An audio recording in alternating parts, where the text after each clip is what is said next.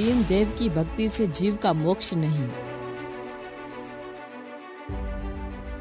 पूर्ण तत्वदर्शी संत की शरण नहीं मिलने से नकली धर्म गुरुओं के बेकावे में आकर सारा इंसान समाज पढ़ा लिखा होकर भी अज्ञानता की वजह से शास्त्रों के खिलाफ भक्ति साधना कर रहे हैं, जो गीता अध्याय 16 के श्लोक नंबर 23-24 के मुताबिक शास्त्रों के खिलाफ होने से फजूल है। जिन भगवानों की हम भक्ति साधना कर रहे हैं वो हमें सिर्फ अपने किए हुए कर्म का फल ही दे सकते हैं, वो हमारे पाप कर्म नहीं काट सकते।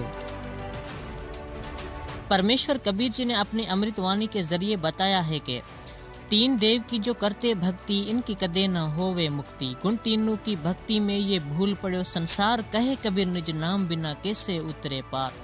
तीन देव श्री ब्रह्मा जी, श्री विष्णु जी और श्री शिव जी की भी जन्म मृत्यु होती है, वो अविनाशी नहीं है। जब इनकी खुद की जन्म मृत्यु होती है तो फिर इनकी भक्ति से आपका मोक्ष कैसे होगा, जिसका सबूत श्रीमद् देवी पुराण 3 सिकंद पेज नंबर 123 पर वाज़ा है कि श्री विष्णु जी ने श्री दुर्गा जी की स्तुति करते हुए कहा, तुम शुद्ध स्वरूपा हो, ये सारा संसार तुम ही से उद्भासित है।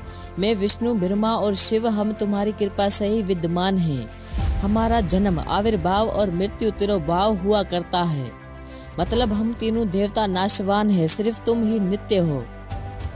तुम सनातनी देवी हो, जगत जननी प्रकृति देवी हो। तभी भगवान शंकर बोले, देवी अगर भगवान विष्णु तुम ही से प्रकट उत्पन्न हुए हैं तो इनके बाद उत्पन्न होने वाले ब्रह्मा भी तुम्हारे ही बालक हैं, और फिर मैं तमोगुणी लीला करने वाला शंकर क्या तुम्हारी संतान नहीं हुआ, अर्थात मुझे भी उत्पन्न करने वाली तुम ही हो। इस संसार की सृष्टि, स्थिति और संहार में तुम्हारे गुण सदा समर्थ हैं। इन्हीं तीनों गुणों से उत्पन्न हम ब्रह्मा, विष्णु और शंकर नियम अनुसार कार्य में तत्पर रहते हैं। इससे साबित होता है कि इन तीनों देवों का भी जन्म मृत्यु होता है और इन्हीं तीनों देवताओं की भक्ति में सारा संसार लगा हुआ है। जबकि अविनाशी पूर्ण परमात्मा तो कोई और ही है।